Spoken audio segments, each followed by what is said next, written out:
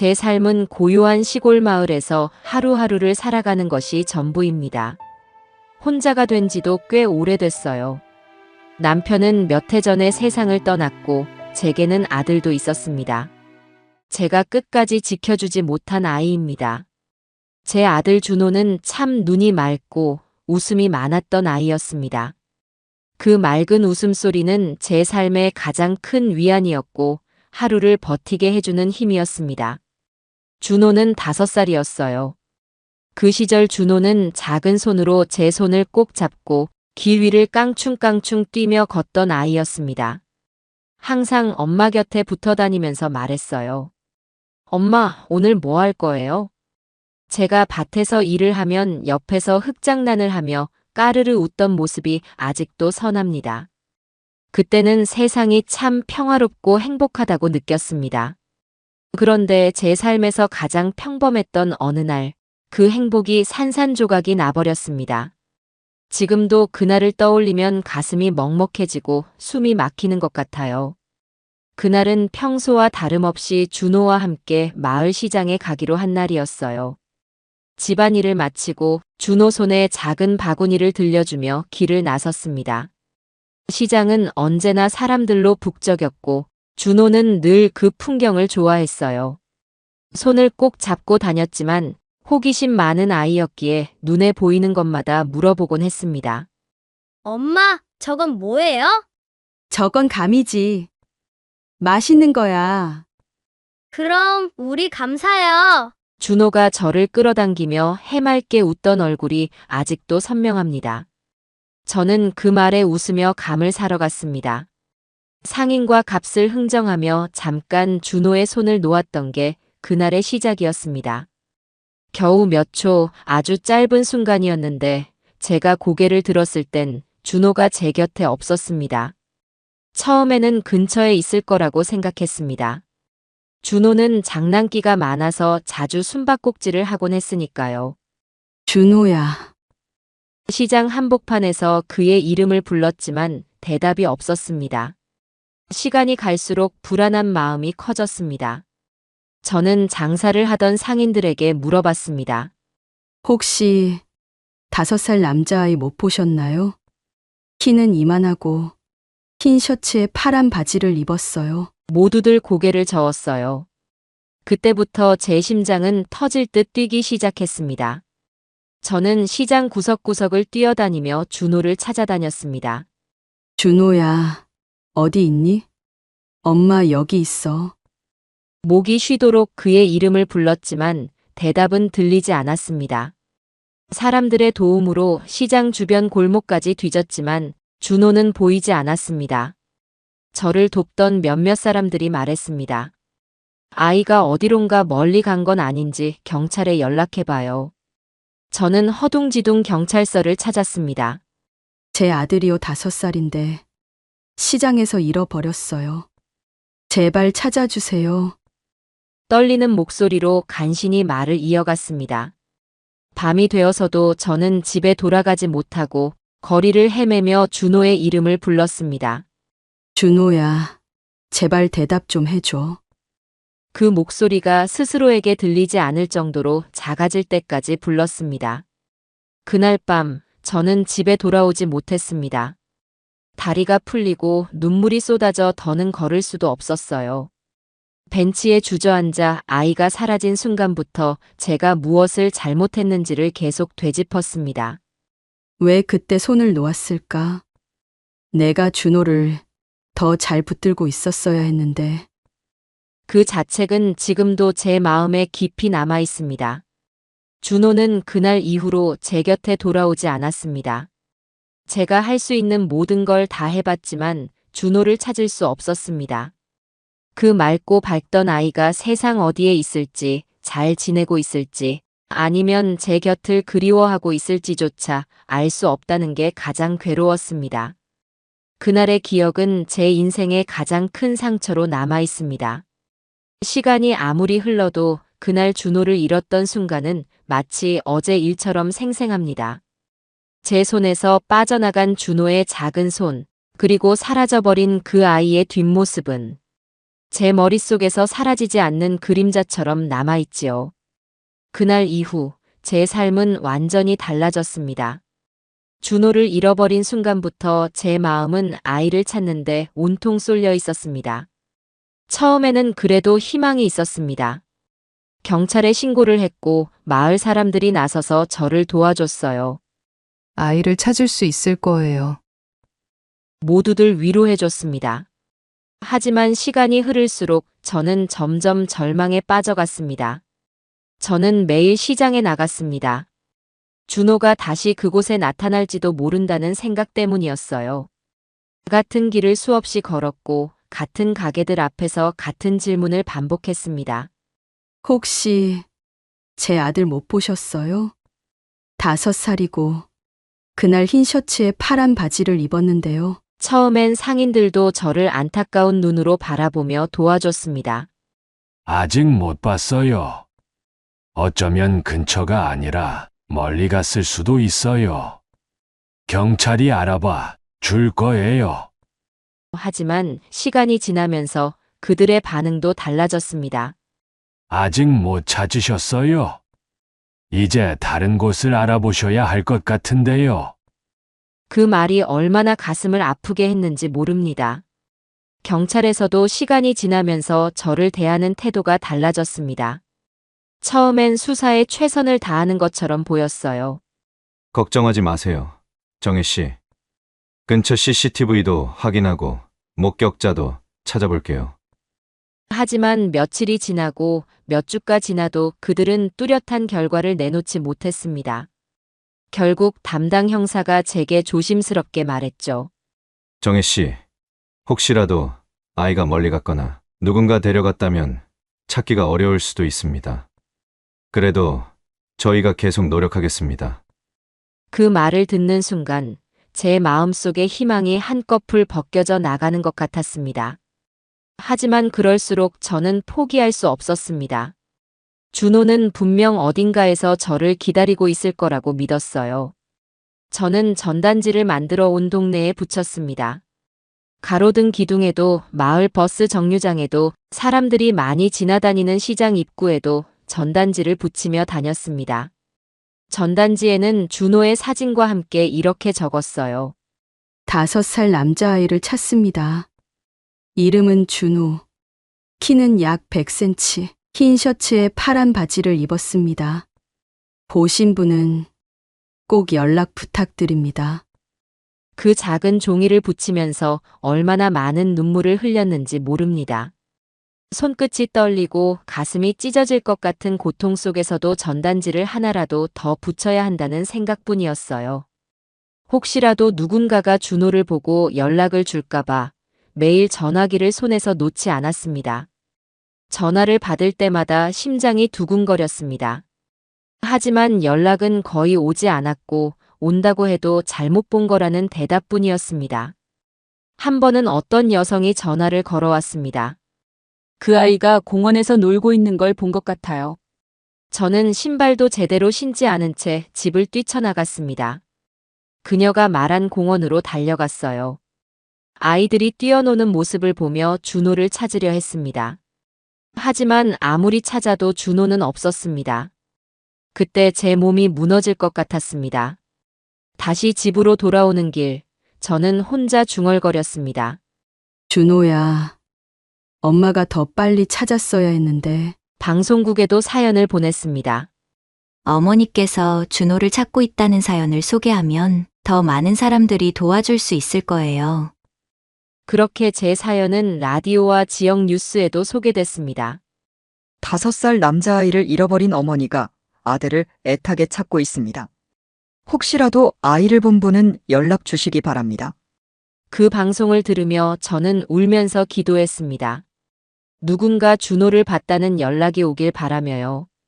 하지만 몇 달이 지나도 소식은 없었습니다. 저를 안타까워했던 이웃들은 점점 더 현실적인 이야기를 하기 시작했어요. 정혜야, 이제 그만 마음을 접어. 준호가 살아있으면 정말 다행이지만 그렇지 않을 수도 있잖아. 그 말을 들을 때마다 제 마음이 무너졌습니다. 포기하라는 말이 제 아들이 세상 어딘가에 없을 수도 있다는 말처럼 들렸습니다. 몇 년이 흘렀습니다. 처음에는 많은 사람들이 저를 도와줬습니다. 이웃들도 친척들도 그리고 경찰도 열심히 나섰어요. 하지만 세월이 흐르면서 하나둘씩 제 곁을 떠나갔습니다. 사람들은 각자의 삶이 있었고 제 아들을 찾는 일에 시간을 계속 쏟을 수 없었겠지요. 처음에는 그들의 뒷모습이 서운하게 느껴졌지만 점차 이해하게 되었습니다. 모두에게 제 아들은 소중하지 않았겠지요. 소중한 건 오직 저와 제 남편에게만이었으니까요. 그 시절 남편도 많이 지쳐갔습니다. 그는 준호를 찾으려는 제 열망을 이해했지만 자신의 몸과 마음도 무너지는 것을 막지 못했습니다. 남편은 시간이 지날수록 말을 아꼈고 집 안은 점점 더 조용해졌습니다. 어느 날 남편이 제게 말했어요. 정혜야, 이제 우리도 현실을 받아들이자.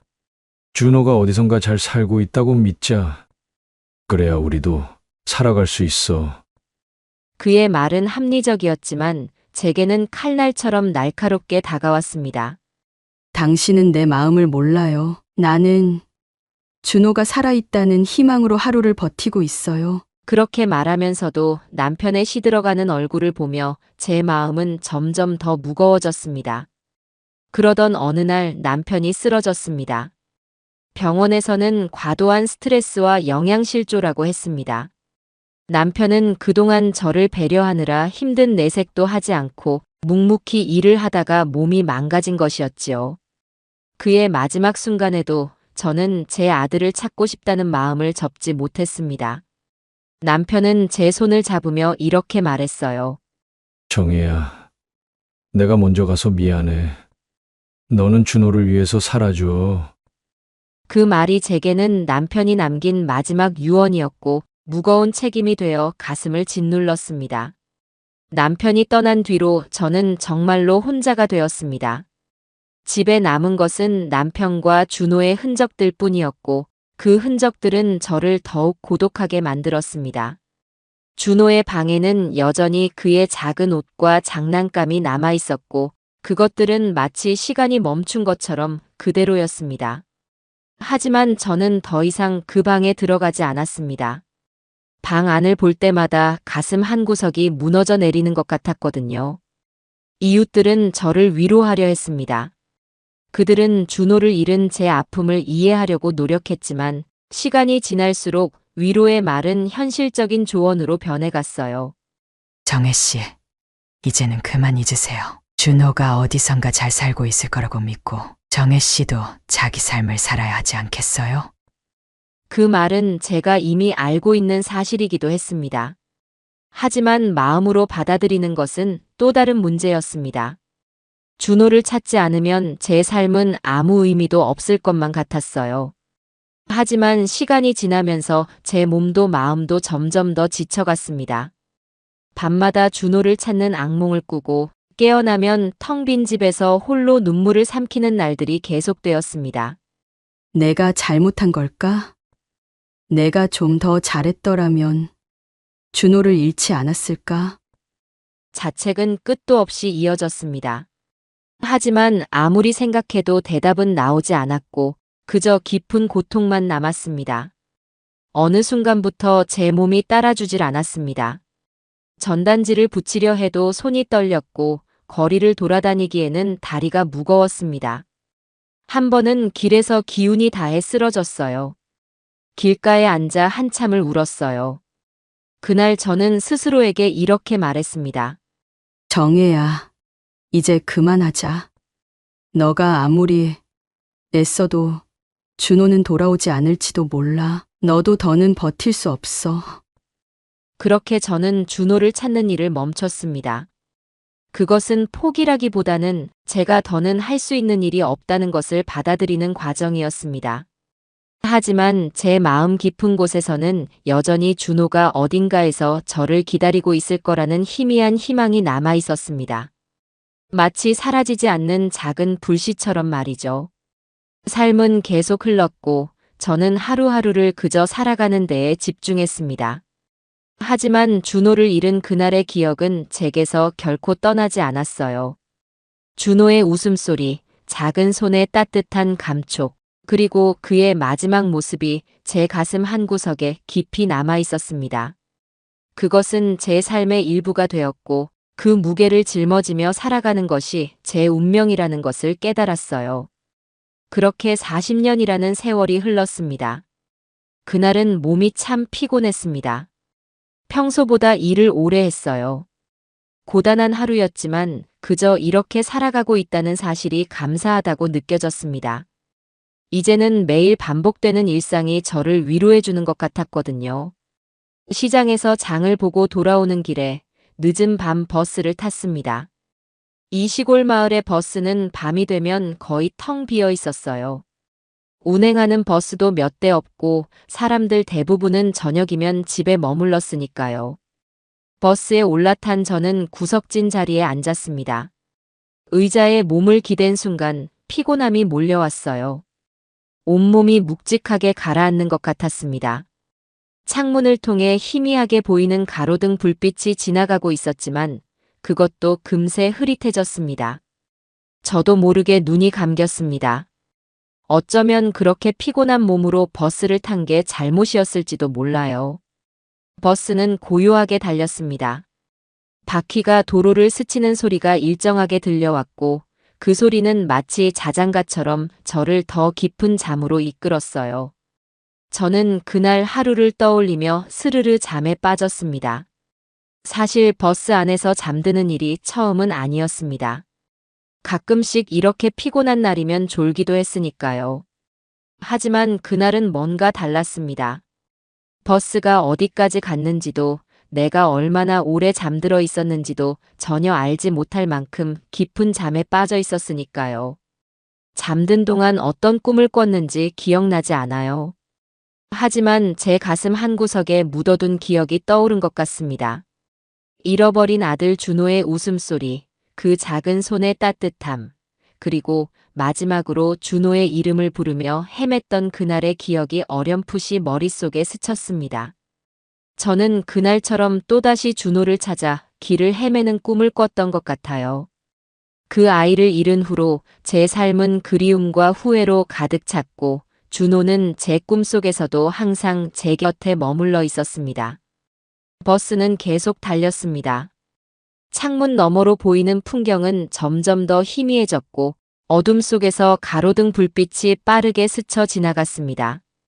제가 눈을 떴다면 마을 끝자락을 지나 어디론가 향하고 있다는 것을 알았겠죠. 하지만 그 순간 저는 깊은 잠에 빠져 있었고 제 몸은 마치 한없이 가라앉는 물속에 있는 듯한 느낌이었습니다. 시간이 얼마나 흘렀을까요?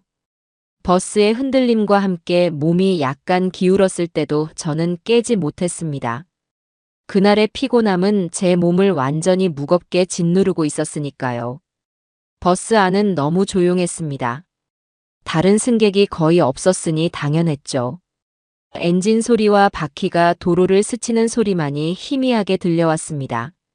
어느 순간 버스가 멈추는 듯한 느낌이 들었지만 저는 여전히 깊은 잠에 빠져 있었습니다. 제 마음은 현실과 꿈 사이에 어딘가를 떠돌고 있었어요. 꿈속에서는 준호가 어릴 때처럼 제 손을 꼭 잡고 웃으며 말하는 것 같았습니다. 그 작은 목소리가 귓가에 맴돌았죠. 엄마, 여기 너무 좋아요. 같이 가요. 저는 준호의 손을 잡으려 했지만 이상하게도 손끝에서 느껴지는 따뜻함이 점점 멀어져 갔습니다. 그렇게 얼마간 시간이 흘렀습니다. 저는 버스가 정차한 것을 느끼지 못했고 누군가가 제게 말을 걸어올 때까지 여전히 꿈속에 있었습니다. 그리고 그때였습니다. 어깨에 닿는 부드러운 손길과 함께 저를 깨우는 목소리가 들렸습니다. 여기 종점입니다. 이제 내려가셔야 해요. 낯익으면서도 어딘가 낯선 목소리였습니다. 저는 천천히 눈을 떴습니다. 잠에서 덜 깨어난 상태로 고개를 들어 앞을 바라보니 한 남자가 제 앞에 서 있었습니다. 그의 얼굴이 어두운 조명 아래 희미하게 보였고 그 순간 제 심장이 멎는 것 같은 느낌이 들었습니다. 그 얼굴 너무도 익숙했습니다. 제가 꿈속에서 보았던 준호의 얼굴과 너무도 닮아 있었습니다. 아니, 닮은 게 아니라 그가 제 아들이라고 확신할 수 있을 만큼 똑같았죠. 준호야, 떨리는 목소리가 저도 모르게 흘러나왔습니다. 제 심장은 터질 듯 뛰고 있었어요. 눈앞에 서 있는 남자의 얼굴은 제 기억 속 준호와 너무도 닮아 있었습니다. 아니, 닮은 정도가 아니라 확신할 수 있을 만큼 똑같았습니다. 하지만 그 순간 그는 이상한 표정으로 저를 바라보며 말했어요. 죄송하지만 누구시죠? 그의 말은 날카로운 칼처럼 제 가슴을 찔렀습니다. 저는 무언가 잘못 들은 건 아닐까 싶어 다시 한번 그의 얼굴을 똑바로 바라보았습니다. 하지만 그 얼굴에는 저를 알아보는 기색이 전혀 없었어요. 제 아들, 준호가 분명한데 그는 저를 전혀 기억하지 못하고 있었습니다. 그 순간 온몸이 얼어붙은 듯 멍해졌습니다. 무슨 말을 해야 할지, 어떻게 행동해야 할지 알 수 없었어요. 아주머니, 괜찮으세요? 그는 제가 이상해 보였는지 걱정스러운 눈빛으로 물었습니다. 그 따뜻한 목소리는 여전히 익숙했어요. 준호가 어릴 적 저를 부르던 그 음성이 시간이 지나 더 깊고 단단해진 느낌이었습니다. 하지만 그 속에는 저를 알아보지 못하는 낯설음이 담겨 있었어요.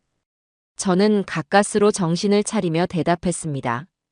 아, 미안해요. 제가 사람을 잘못 봤나 봐요. 목소리가 떨렸습니다. 제 말에 그는 고개를 끄덕이며 살짝 미소를 지었습니다. 그 미소는 또 한 번 제 가슴을 후벼 팠습니다. 너무도 익숙해서, 너무도 준호와 같아서. 그가 다시 돌아서려는 순간 저는 급히 그를 붙잡고 말했습니다. 저기 잠깐만요. 그는 걸음을 멈추고 저를 바라보았습니다. 제 손은 떨리고 있었고 목소리도 가늘게 떨렸습니다. 혹시 이름이 뭐예요? 그는 잠시 망설이는 듯 하더니 대답했습니다. 김준호입니다. 그런데 왜요? 그 말을 듣는 순간 제 눈앞이 흐릿해졌습니다. 분명 제 아들이 맞았습니다. 이름도 얼굴도 모든 게 일치했어요. 그런데 왜 저를 알아보지 못하는 걸까요? 저는 천천히 입을 열었어요. 준호라는 이름 참 잘 어울리네요. 혹시 가족은 어떻게 되시나요? 그는 어리둥절한 표정으로 답했어요. 저는 가족이 없어요. 왜 그러시죠? 그 순간 제 심장이 무너지는 것 같았어요. 가족이 왜 없을까? 설마 혹시 정말 그런 걸까? 저는 그를 똑바로 바라보며 간신히 말을 이었어요. 그렇군요. 미안해요. 그냥 어쩐지 익숙한 느낌이 들어서 물어봤어요. 눈물이 흘러내렸어요. 너무도 복잡한 감정들이 한꺼번에 밀려왔어요. 기쁨과 슬픔, 혼란과 절망이 뒤섞여 있었어요. 제 아들이 살아있었고 제 눈앞에 서 있었는데 그는 저를 기억하지 못했어요. 그것이 저를 가장 아프게 했어요. 버스 기사가 다가와 물었어요. 괜찮으세요? 아주머니, 무슨 일이세요? 저는 겨우 고개를 들고 대답했어요. 아니에요. 그냥 조금 놀랐을 뿐이에요. 그는 걱정스러운 눈으로 저를 쳐다봤지만 더 묻지는 않았어요. 그날 집으로 돌아오는 길, 저는 멍하니 창밖을 바라봤어요. 수많은 생각들이 머릿속을 떠돌았어요. 준호는 왜 저를 기억하지 못할까? 그가 말한 고아원이라는 곳에서 무슨 일이 있었을까? 그리고 제가 할 수 있는 일이 있다면 지금 무엇을 해야 할까? 저는 결심했어요. 그를 다시 만나야 한다고. 그리고 그에게 진실을 이야기해야 한다고요. 저는 아직 그가 제 아들이라는 확신을 잃지 않았어요. 그날 이후 제 마음속에서 작은 불씨가 피어오르기 시작했어요. 그것은 다시 아들을 되찾겠다는 희망이었어요. 다음 날 저는 마음을 단단히 먹고 다시 그가 운행하는 버스를 찾아갔어요. 전날의 혼란스러운 만남 이후로 밤새도록 잠을 이루지 못했어요. 준호를 다시 만날 생각에 가슴이 뛰었지만 동시에 어제처럼 저를 기억하지 못한다면 어떻게 해야 할지 두려웠어요. 그러나 그냥 지나칠 수는 없었어요. 무엇이든 해야만 했어요. 버스 정류장에서 기다리던 저는 그가 몰고 오는 버스를 보고 마음속으로 다짐했어요. 이번에는 꼭 진실을 이야기하자. 어떻게든 그를 설득해서 내 이야기를 들어보게 해야 한다. 버스가 멈추고 문이 열리자 저는 서둘러 올라탔어요. 어제와 다르지 않은 그의 얼굴이 보였을 때 마음이 이상하게 아려왔어요. 안녕하세요. 어제 뵌 아주머니시죠? 그가 먼저 저를 알아봤어요. 여전히 친절한 미소를 짓고 있었지만 저를 가족으로 인식하지 못하는 그 미소가 너무 낯설게 느껴졌어요. 네. 어제 제가 실수했죠. 혹시 그동안 불편하진 않으셨나요? 저는 어색하게 웃으며 물었어요. 아니요. 괜찮아요. 무슨 일이 있으셨던 건지 궁금했지만 말씀하시기 어려운 상황이신 것 같아서 그냥 넘어갔어요. 그의 차분한 대답이 오히려 더 가슴을 찌르는 듯 했어요.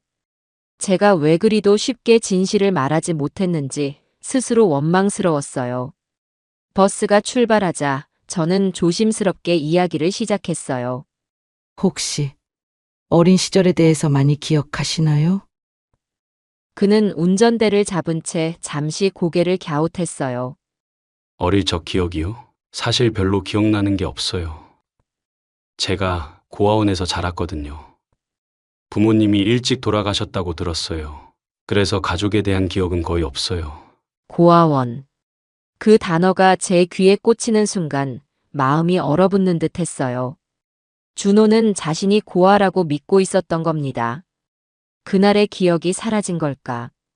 그의 목소리는 담담했지만 저는 그의 말 속에서 아프고 외로운 과거를 느낄 수 있었어요. 그렇군요. 저는 애써 떨리는 목소리를 가다듬으며 물었어요. 그 고아원이 어디인지 기억나시나요? 언제쯤부터 그곳에 계셨는지도요.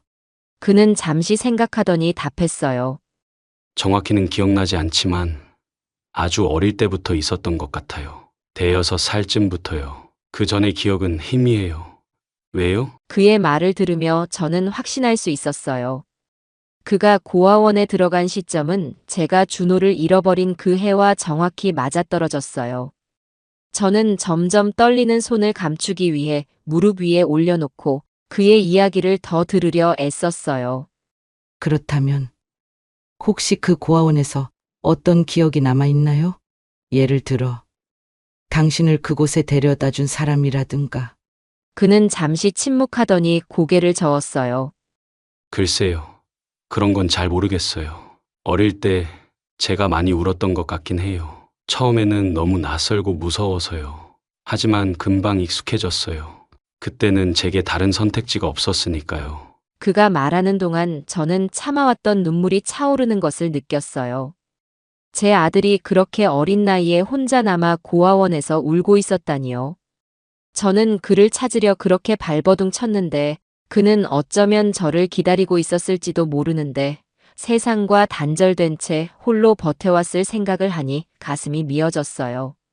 힘드셨겠어요. 저는 겨우 그 말을 꺼냈어요. 이제는 괜찮아요. 과거는 과거일 뿐이니까요. 그의 말은 담담했지만 제게는 너무나 아프게 들렸어요. 그는 이미 자신이 부모 없는 아이로 살아가야 했던 운명을 받아들인 것 같았어요. 그러나 저는 받아들일 수 없었어요.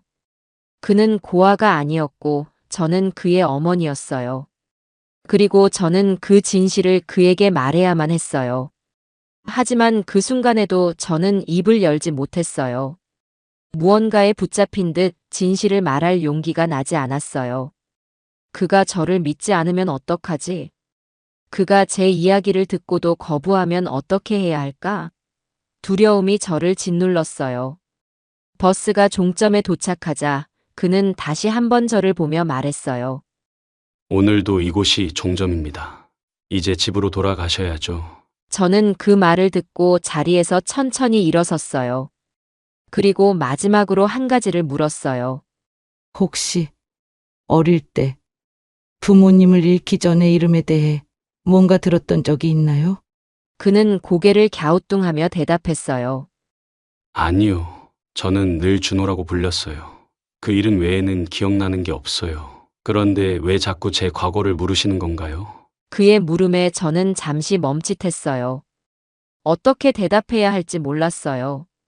결국 저는 간신히 미소를 지으며 말했어요. 그냥 왠지 당신 이야기가 마음에 와닿아서요. 고마워요.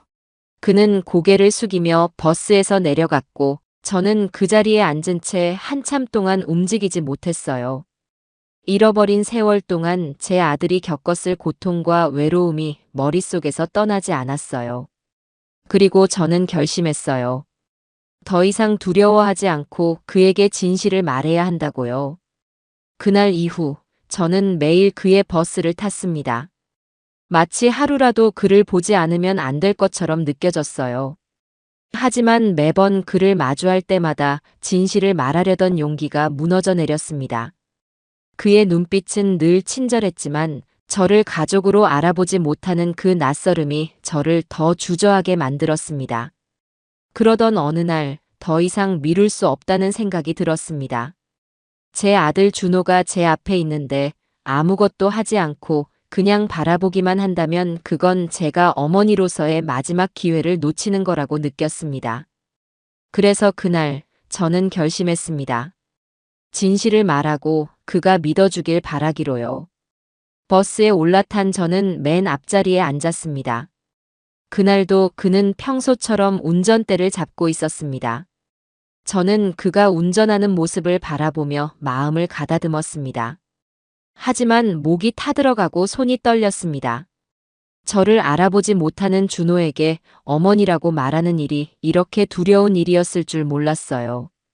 버스가 종점에 도착했을 때 그는 늘 그렇듯이 제게 조심히 말했습니다. 아주머니, 이제 내려가셔야 해요. 저는 그를 올려다보며 말했습니다. 잠깐만요. 오늘은 제가 꼭 할 이야기가 있어요. 그는 잠시 당황한 듯 저를 쳐다봤습니다. 네, 무슨 일이세요? 저는 자리에 앉은 채로 조심스럽게 말을 꺼냈습니다. 당신 이름이 준호라고 했죠.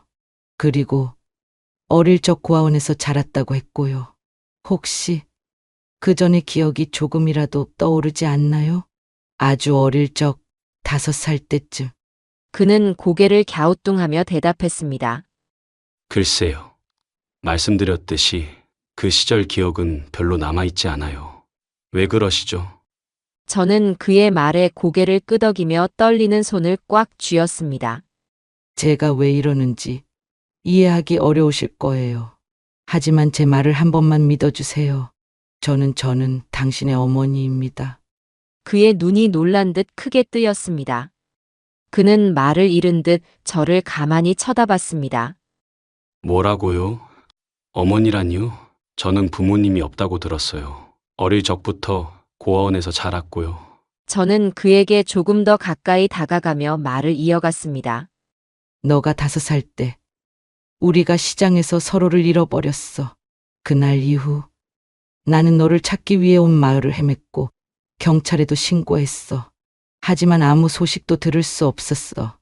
너를 잃어버린 내 잘못이야. 내가 손을 놓지 않았더라면. 제 목소리는 점점 떨렸고 눈물은 멈추지 않았습니다. 그는 여전히 믿지 못하겠다는 표정으로 저를 바라봤습니다. 그럴 리가 없어요. 저는 늘 부모님이 사고로 돌아가셨다고 들었는데. 저는 그의 말을 끊으며 간절히 부탁했습니다. 제발, 준호야. 한 번만 날 믿어봐. 우리가 진짜 가족인지 확인해보자. DNA 검사를 해보면 알 수 있잖아. 그는 한참 동안 아무 말도 하지 않았습니다. 그의 얼굴에는 혼란과 의심이 가득했습니다. 하지만 마침내 그는 천천히 고개를 끄덕이며 대답했습니다. 좋아요. 그게 사실이라면 저도 확인해보고 싶어요. 며칠 후 우리는 함께 병원을 찾았습니다. DNA 검사를 진행하며 기다리는 시간은 저에게 너무도 길게 느껴졌습니다. 결과가 나오기까지의 며칠 동안 저는 매일매일 불안과 희망 사이에서 갈팡질팡했습니다. 만약 제가 틀렸다면, 그가 준호가 아니라면 어떻게 해야 할지 두려웠습니다. 하지만 제 마음속 깊은 곳에서는 확신이 있었습니다. 그는 제 아들이 맞았습니다. 그가 아니라고 해도 저는 끝까지 그를 제 아들로 받아들일 준비가 되어 있었습니다. 결과가 나온 날, 병원에서 우리를 부른 의사의 목소리가 들렸습니다. 그 짧은 순간에도 제 심장은 미칠 듯 뛰었습니다.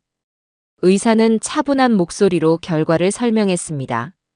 두 분의 유전자 일치율을 확인한 결과 모자 관계가 확실합니다. 그 말이 끝나자마자 저는 의자에서 몸이 풀려버렸습니다. 그 순간 눈물이 터져 나왔습니다. 모든 감정이 한꺼번에 쏟아져 나오는 것 같았어요. 준호는 멍한 표정으로 저를 바라보았습니다. 그는 여전히 믿기지 않는다는 듯 말했습니다. 정말 사실인가요? 제가 정말 어머니의 아들이라고요? 저는 그의 손을 붙잡으며 대답했습니다. 그래, 준호야. 너가 내 아들이야. 엄마가 정말로 미안하다. 그동안 혼자 얼마나 힘들었니? 그의 목소리는 낮고 떨려 있었습니다. 저는 그가 무슨 말을 해야 할지 몰라 방황하는 것이 느껴졌습니다. 저 역시 무슨 말을 해야 할지 몰랐어요. 다만 손끝에서 느껴지는 결과지의 감촉만이 현실임을 일깨우고 있었습니다. 저는 조심스럽게 그의 손을 붙잡았습니다. 그 손은 차가웠습니다. 어릴 적 제 손을 꼭 잡던 그 따뜻한 손과는 달랐습니다. 준호야, 엄마가 정말 미안해. 너가 얼마나 힘들었을지. 엄마가 너를 지키지 못해서 정말 미안해. 그는 손을 빼지는 않았지만 여전히 경계하듯 저를 바라보고 있었습니다. 제가 정말로 어머니 아들이라면 왜 이렇게 오랜 시간이 걸렸나요? 왜 이제야 저를 찾으신 거죠? 그의 목소리에는 혼란과 아픔, 그리고 약간의 분노가 섞여 있었습니다. 그 질문은 제 가슴을 찢어 놓았습니다. 저는 천천히 숨을 고르며 대답했습니다. 엄마는 너를 찾으려고 정말로 모든 걸 다 했어. 너가 사라졌던 그날부터 지금까지 하루도 포기하지 않았어. 경찰서에도 수없이 다녔고 전단지도 만들어서 온 마을에 붙였어. 방송국에도 사연을 보냈고 매일 너를 찾으러 돌아다녔어. 하지만 아무 소식도 들을 수 없었어. 너를 잃어버린 그날부터 엄마는 정말 살아도 사는 게 아니었단다. 저는 말을 하며 눈물을 멈출 수 없었습니다. 그동안 제 마음속에 담아두었던 죄책감과 슬픔이 한꺼번에 터져 나왔습니다. 엄마는 너가 살아있다는 희망 하나로 지금까지 버텨왔어. 너가 이렇게 살아서 이렇게 내 앞에 있는 것만으로도 엄마는 정말 고맙다. 그는 아무 말도 하지 않았습니다. 하지만 그의 눈가에 맺힌 눈물이 저를 바라보는 마음을 말해주고 있었습니다. 그는 천천히 고개를 떨구며 조용히 입을 열었습니다. 저도 제 부모님이 있었으면 좋겠다고 항상 생각했어요. 제가 고아원에 있을 때 다른 아이들처럼 부모님이 찾아와 주길 바랐어요. 하지만 아무도 오지 않았죠. 그래서 그게 제 운명이라고 생각했어요. 그의 말이 끝나자 저는 그를 꼭 안아주고 싶었지만 그가 받아들이지 못할까봐 주저했습니다. 그저 손을 놓지 않은 채로 말했습니다. 준호야, 이제는 엄마가 옆에 있을게. 늦었지만 너가 혼자였던 그 시간들을 엄마가 조금이라도 채워줄게. 그날 이후 우리는 조금씩 서로를 알아가기 시작했습니다. 처음에는 어색했습니다. 준호는 여전히 저를 어머니로 부르는 것이 익숙하지 않아 보였습니다. 저도 그에게 어떻게 다가가야 할지 몰랐습니다. 하지만 우리는 잃어버린 시간을 되찾기 위해 노력했습니다. 제가 그를 만나러 버스 정류장에 찾아가면 그는 언제나 버스를 세우고 저를 태워줬습니다. 운행 중간에 잠깐 쉬는 시간 동안 우리는 마을 근처를 함께 걸으며 이야기를 나누곤 했습니다. 그의 어린 시절에 대한 기억은 희미했지만 몇 가지 단편적인 기억이 서서히 떠오르기 시작했습니다. 어머니, 제가 5살쯤이었을 때 감나무 밑에서 놀던 기억이 나요. 그게 어릴 때의 유일한 행복한 기억인 것 같아요. 그런데 그게 진짜 기억인지 아니면 제가 만들어낸 건지 모르겠어요. 그 말을 들었을 때 저는 숨이 멎는 것 같았습니다. 감나무라니 그건 분명히 우리 집 근처에 있던 큰 감나무를 말하는 것이 틀림없었습니다. 저는 그에게 다가가 말했습니다. 그것 만들어낸 기억이 아니야. 준호야, 너가 5살 때 우리 집 앞마당에 큰 감나무가 있었어. 너가 항상 그 아래에서 놀곤 했지? 그는 눈을 동그랗게 뜨고 저를 바라보았습니다. 정말요? 그게 진짜 기억이었나요? 저는 고개를 끄덕이며 그의 손을 잡았습니다. 그래, 준호야. 엄마는 너가 그 나무 밑에서 놀던 모습을 아직도 기억해. 감이 주렁주렁 열리면 너가 작은 손으로 따겠다고 애를 썼지. 엄마가 너를 안아 올려서 감을 따게 해줬던 것도 기억나. 그의 얼굴에 미소가 떠올랐습니다. 하지만 그 미소 속에는 어딘가 아련함이 담겨 있었습니다. 그는 조용히 입을 열었습니다. 어머니 그런 기억이 진짜였다는 게 믿기지 않아요. 그동안 제가 잃어버린 줄 알았던 모든 게 조금씩 돌아오는 것 같아요. 저는 조심스럽게 그에게 물었습니다. 준호야, 혹시 그동안 힘들었던 이야기를 들려줄 수 있을까? 너가 어떻게 살아왔는지 알고 싶어. 그는 잠시 말없이 저를 바라보았습니다. 얼굴에는 망설임과 혼란이 엿보였어요. 저도 그가 쉽게 말할 수 없는 기억들을 꺼내야 한다는 걸 알고 있었습니다. 하지만 그의 삶을 조금이라도 이해하고 싶었기에 기다렸습니다. 결국 그는 고개를 숙이며 낮은 목소리로 입을 열었습니다. 고아원에 있었을 때 저는 정말 외로웠어요. 거기에는 저 같은 아이들이 많았지만 아무도 서로의 아픔을 이해하려 하지 않았어요. 아니, 이해할 수 없었겠죠. 다들 각자의 상처가 너무 커서 자신조차 돌보기 힘들었으니까요. 그의 말이 시작되자 저는 숨을 죽이고 그의 이야기를 들었습니다. 그는 천천히 그러나 담담하게 자신의 지난 세월을 꺼내기 시작했습니다. 처음 고아원에 갔을 땐 정말 무서웠어요. 낯선 환경, 낯선 사람들, 그리고 내 상황을 설명해주는 어른들, 그 모든 게 혼란스러웠어요. 저는 그저 어머니를 기다렸습니다. 어머니가 곧 데리러 올 거라고 믿었어요. 그런데 하루가 지나고 이틀이 지나도 아무도 오지 않았어요. 그가 말을 멈추고 숨을 고르는 동안 저는 그의 마음속 깊은 고통이 느껴졌습니다. 처음엔 하루 종일 울었어요. 저를 데리러 오지 않는 어머니를 원망하기도 했고, 제가 뭘 잘못했기에 이렇게 된 건지 스스로를 탓하기도 했어요. 그러다 보니 점점 무감각해졌던 것 같아요. 누군가가 저를 버렸다는 생각에 익숙해지려고 했습니다. 그의 말을 들으며 제 가슴이 찢어지는 것 같았습니다. 저는 간신히 목소리를 내어 말했습니다. 엄마는 너를 절대 버린 적이 없단다. 너가 그렇게 생각했다니. 엄마가 너무 미안해.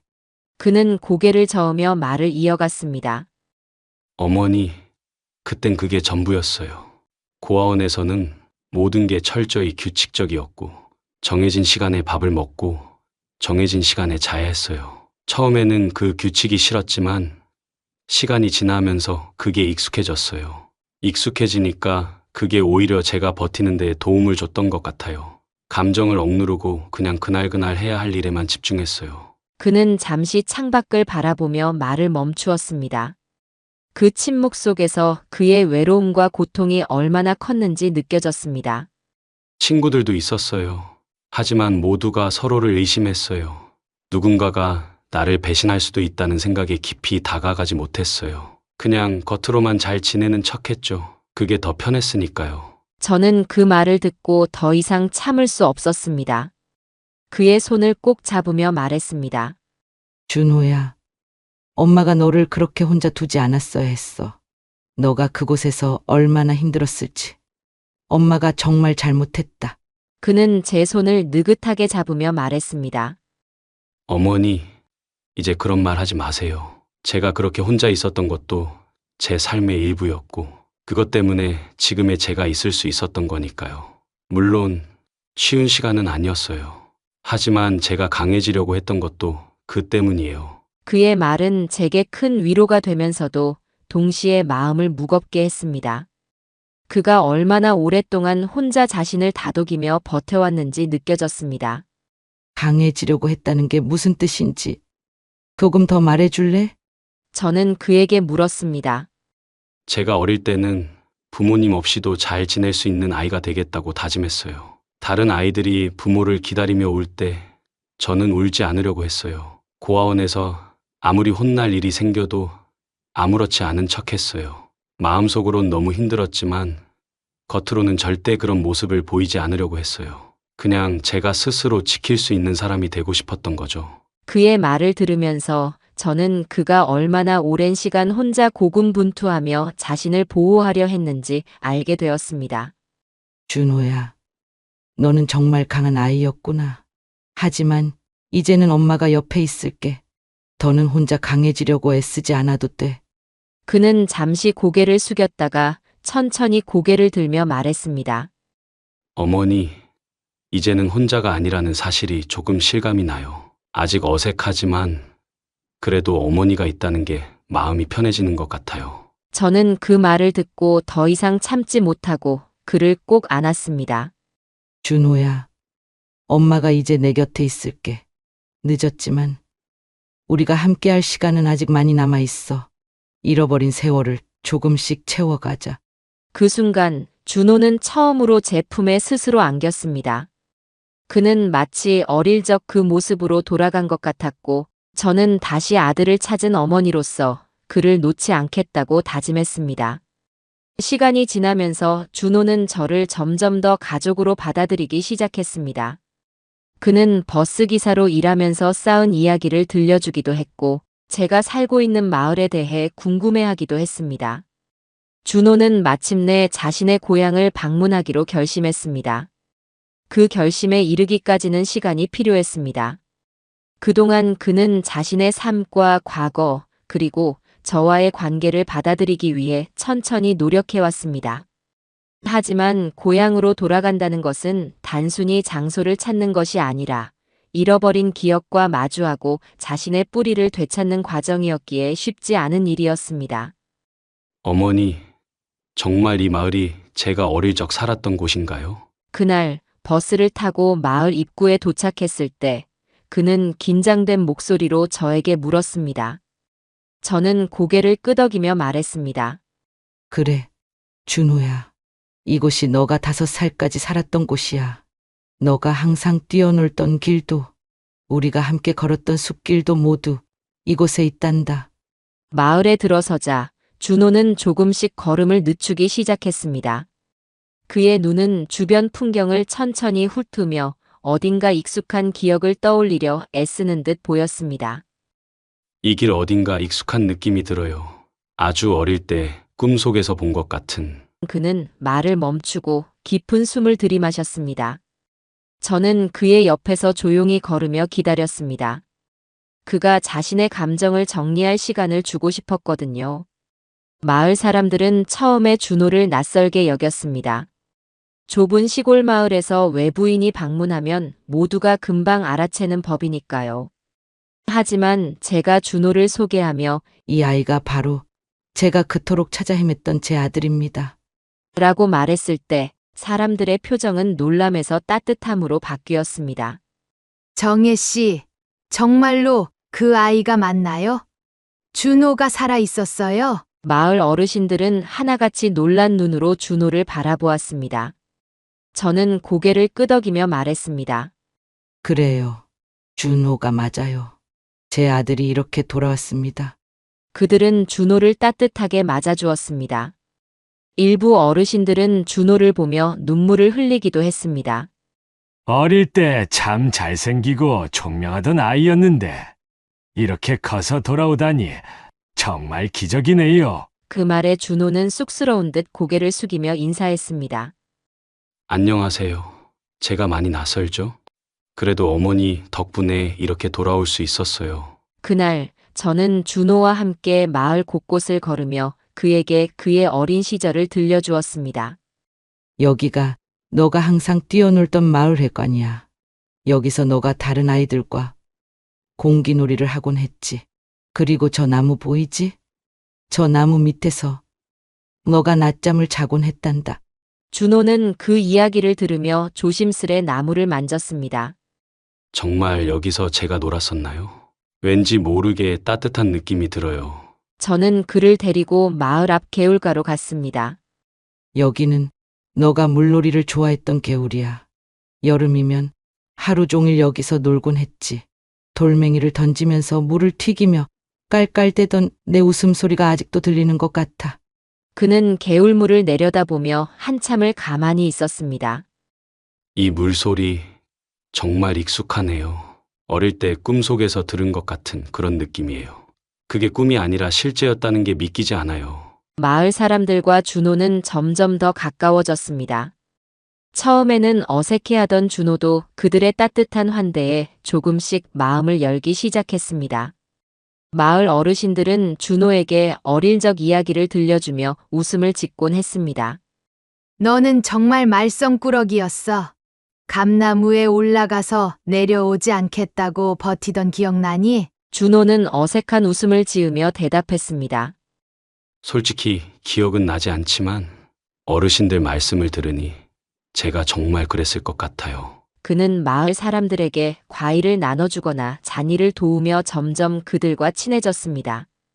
그가 마을 사람들에게 인사를 건네며 웃는 모습을 보면서 저는 마음이 한결 편안해졌습니다. 준호는 다시 자신의 고향을 받아들이고 있었고 마을 사람들도 준호를 가족처럼 여기기 시작했기 때문입니다. 저녁이 되자 저는 준호와 함께 집으로 돌아왔습니다. 우리 집 앞마당에 도착했을 때 그는 오래된 감나무를 한참 동안 바라보았습니다. 이 나무 정말 제가 기억하던 그 나무인가 봐요. 잎사귀의 모양이나 나무 껍질의 느낌까지도 낯설지가 않아요. 저는 그에게 다가가 조용히 말했습니다. 그래, 준호야. 이 나무가 너와 엄마를 이어줄 끈 같은 거야.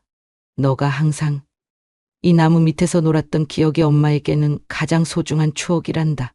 그는 그 말을 듣고 나무 아래에 서서 한참을 가만히 있었습니다. 마치 잃어버렸던 시간을 되돌려 받으려는 듯한 모습이었습니다. 그리고 천천히 고개를 돌려 저를 바라보며 말했습니다. 어머니, 정말 여기로 돌아오길 잘했어요. 이곳이야말로 제가 있어야 할 곳인 것 같아요. 그 말을 듣는 순간 저는 처음으로 준호와의 잃어버린 세월을 조금이나마 되찾은 기분이 들었습니다. 그는 이제 더 이상 외로운 고아가 아니었고 저 역시 더 이상 잃어버린 아들을 찾는 절망 속에 살지 않아도 되었으니까요. 준호와 저는 함께 살기로 했습니다. 잃어버린 시간이 너무 길었지만 그 시간을 채우기 위해서라도 더 가까이에서 서로를 보듬어야 한다고 생각했거든요. 이제는 가족으로서 다시 시작할 준비가 된 것 같았어요. 준호도 저도요. 그는 버스기사 일을 그만두기로 했어요.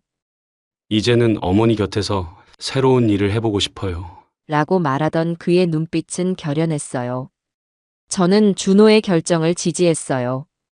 그동안 버스에서 긴 시간 혼자 보내며 얼마나 많은 생각을 했을까 싶었거든요. 그 일이 준호를 지탱해준 만큼 이제는 새로운 시작이 필요하다는 걸 알았어요. 준호는 마을에서 자리 잡기 위해 많은 노력을 했어요. 처음에는 마을 사람들을 돕는 작은 일부터 시작했죠. 논에서 부족한 일손을 도와주거나 고장난 농기계를 고쳐주는 일처럼요. 그는 조용하지만 성실하게 자신의 자리를 만들어갔고 마을 사람들은 그런 준호를 점점 더 좋아하게 됐어요. 어느 날 준호가 저에게 물었어요. 어머니, 제가 여기서 계속 살아가려면 어떤 일을 하면 좋을까요? 저는 그의 질문에 잠시 생각하다가 대답했죠. 너가 잘하는 걸 찾으면 좋겠지. 하지만 무엇보다 너가 즐겁고 행복했으면 좋겠어. 일이란 그런 거니까. 그의 얼굴에는 약간의 고민과 설렘이 엿보였어요.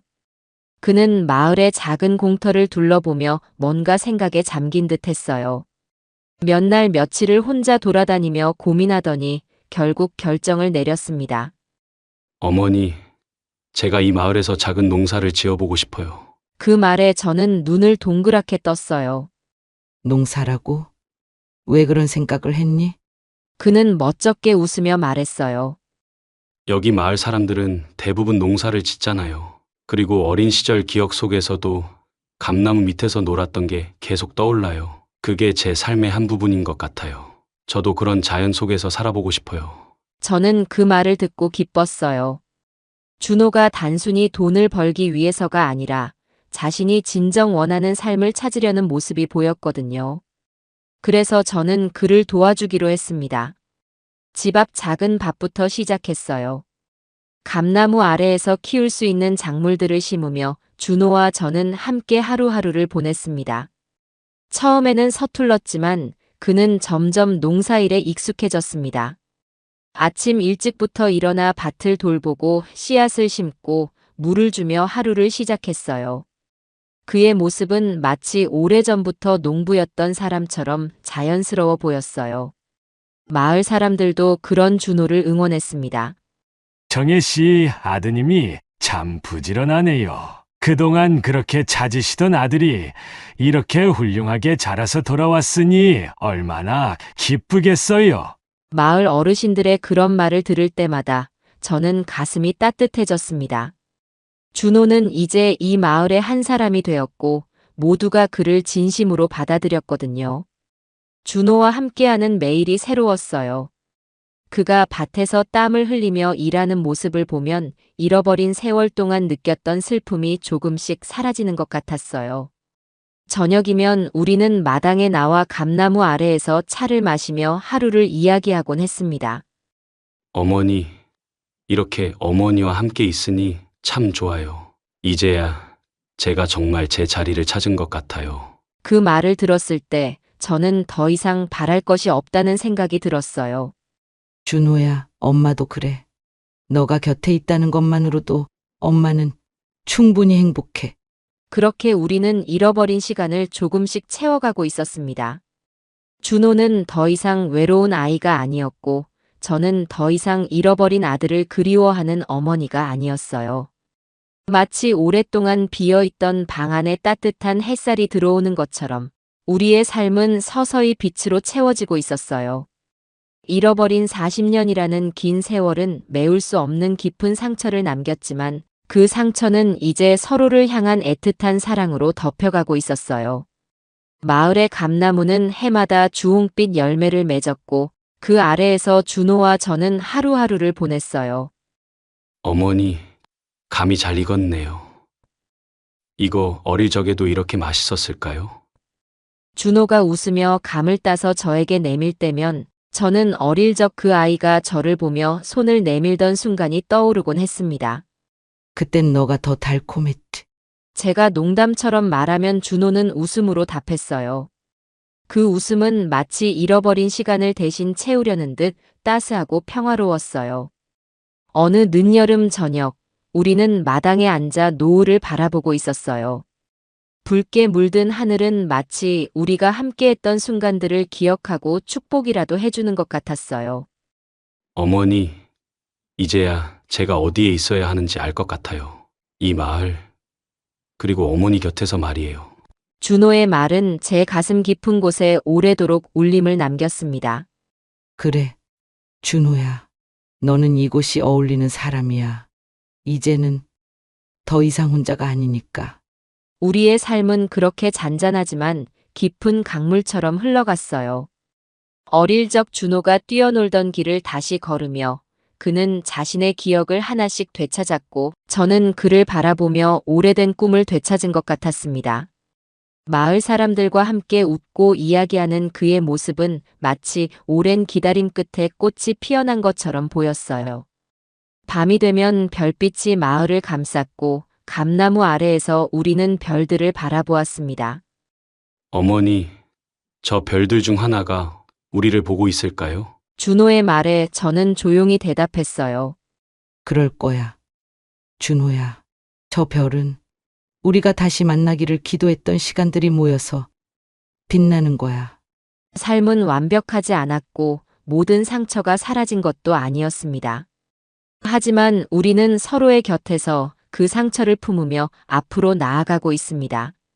준호와 제가 함께하는 지금 이 순간은 잃어버린 시간이 준 선물이자 우리가 만들어가는 새로운 시간입니다.